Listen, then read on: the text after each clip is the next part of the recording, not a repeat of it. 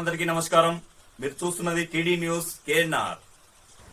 Karimnagar municipal corporation ఎన్నికలలో 17వ division corporator స్వతంత్ర అభ్యర్థిగా శ్రీమతి శ్రీ వేముల కవితా చంద్రశేఖర్ గారు బరిలో నిలవడం జరిగింది. ఈ సందర్భంగా వారు మాట్లాడుతూ గతంలో అనేక సేవా కార్యక్రమాలను చేయడం జరిగిందని, బీజేపీ పార్టీలో చేరి బీజేపీ పార్టీ చేపట్టిన ప్రతి కార్యక్రమంలో చురుగ్గా పాల్గొన్నానని, కానీ ఆ పార్టీ తన సేవలను గుర్తించకుండా కొత్తగా పార్టీలో చేరానన్న ఉద్దేశంతో బీఫామ్ ఇవ్వలేదని వాపోయారు. తన సేవలను ప్రజలు గుర్తిస్తారన్న నమ్మకంతో ఈ ఎన్నికల బరిలో నిలవడం జరిగిందని అన్నారు. కాబట్టి ప్రజలు ఈ విషయాన్ని గమనించి 17వ డివిజన్ కార్పొరేటర్ స్వతంత్ర అభ్యర్థిగా మీ ముందుకు వస్తున్న నన్ను ఆదరించి తమ అమూల్యమైన ఓటు వేసి అత్యధిక మెజారిటీతో గెలిపించాలని కోరారు. డివిజన్ ప్రజలు తనను గుర్తిస్తారన్న ఆశాభావాన్ని వ్యక్తం చేశారు. ఈ సందర్భంగా ఏర్పాటు చేసిన ఎన్నికల ప్రచార సమావేశంలో భారీ సంఖ్యలో ప్రజలు పాల్గొనడం విశేషం. తొలి రోజు ప్రచారానికి వెళ్లే ముందు తన కన్న తల్లి కాళ్లు మొక్కి ఆశీర్వాదాన్ని తీసుకున్నారు. అలాగే ఆడపడుచుల ఆశీర్వాదాన్ని పొందారు. అలాగే ఈ సందర్భంగా గతంలో చేసిన సేవలను గుర్తు చేసుకుంటూ ఉద్వేగభరితంగా ప్రసంగించారు. అధికారికంగా మరోమారు ప్రజాసేవ చేసే అవకాశాన్ని ఇవ్వాలని,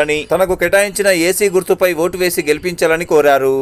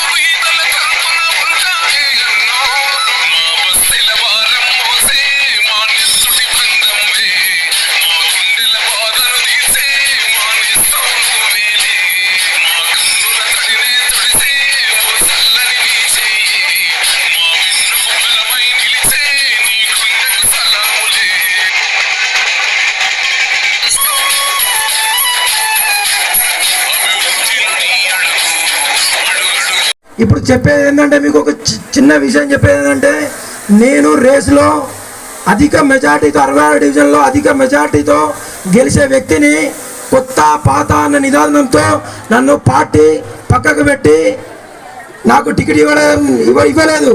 అందుకే నేను ప్రజలు నా వెంబడున్నారన్న ఉద్దేశంతో నేను రెబల్గా ఇండిపెండెంట్గా పోటీ చేయడానికి సిద్ధమైనాను. 17వ వార్డు ప్రజలకు ఎప్పటికీ సేవకునిగా ఉంటానని నా ఆత్మసాక్షిగా ప్రమాణం చేస్తున్నాను. నేను ఎప్పుడు కూడా నాయకునిగా వ్యవహరించను, మీ సేవకుల్లానే వ్యవహరిస్తాను. నేను గతంలో నేను చేసిన పనులు మీ అందరికీ తెలుసు, కానీ సందర్భం వచ్చింది కాబట్టి ఇప్పుడు చెప్పడానికి నేను ముందడికి వస్తున్నాను. నేను చేసిన సేవలు ఏంటంటే, నేను మా నాన్నగారి జ్ఞాపకార్థం ప్రతి నా డివిజన్ 12వ వార్డు అయినప్పటికీ ప్రతి డివిజన్లో 8వ వార్డు, 1వ వార్డు, 11వ వార్డు ఏ వార్డని చూడలేదు. ప్రతి కార్నర్లో సిమెంట్ బల్లలు వేయించినాను. మరియు మా నాన్నగారి జ్ఞాపకార్థం నేను శవపేటికను, మన 30 ఏళ్ళ రాజకీయంలో ఒక శవపేటిక కూడా ఎంతోమంది ఉన్నా కానీ ముందడికి రాలే. సేవా దృక్పథంతో ముందడికి వచ్చి శవపేటికను కొనించడం జరిగింది.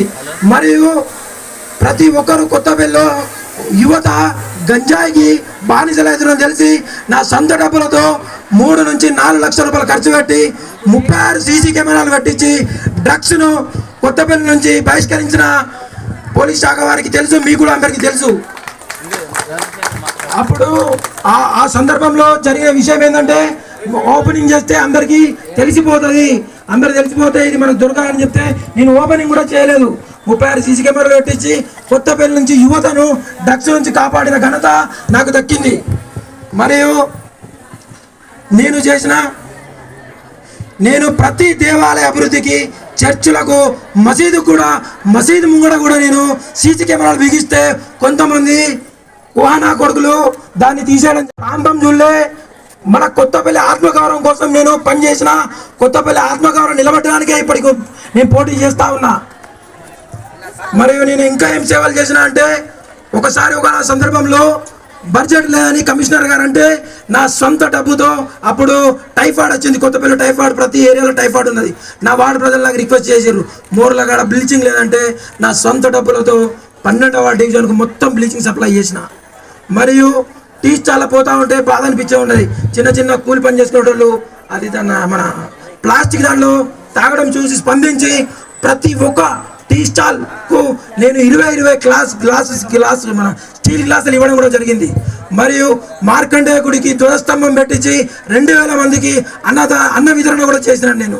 మరియు బేతాల గుడికి ఫౌండేషన్కు డబ్బులు ఇచ్చిన, మన చర్చిలకు డబ్బులు ఇచ్చిన, శివాలయంలో సీసీ కెమెరాలు బిగించిన, కుర్చీలు ఇచ్చిన, ఏ దానికైనా మంచికి చెడుకు 24 గంటలు ప్రజలతోనే నేను జీవనం సాగించిన. ఒకానొక సందర్భంలో నా చిన్న పిల్లలు కరోనా టైంలో నా పిల్లలు చిన్న పిల్లలు నేను బయట వండుకున్న రోజులు కూడా ఉన్నాయి. ఎందుకంటే దాన సంస్కారాలకు పోయి వచ్చిన తర్వాత నా భార్య నన్ను ఇంట్లోకి రానియలే. అయినా కానీ నేను బయట పడుకొని బయట స్నానం చేసి లోపడిపోయిన రోజులు ఎన్నో ఉన్నాయి.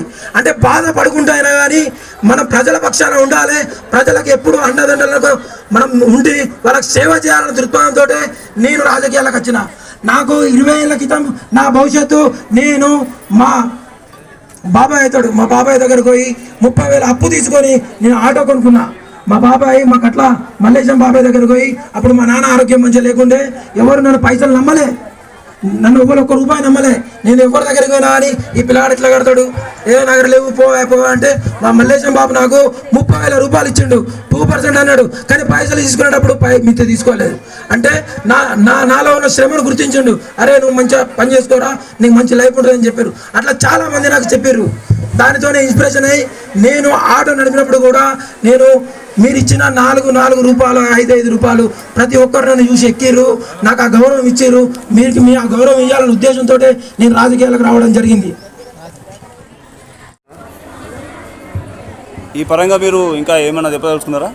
ఈ పరంగా నేను ఈ 17వ డివిజన్ ప్రజలందరికీ ఎప్పుడు అందుబాటులో ఉంటా, ఏ సమస్యకైనా స్పందిస్తా.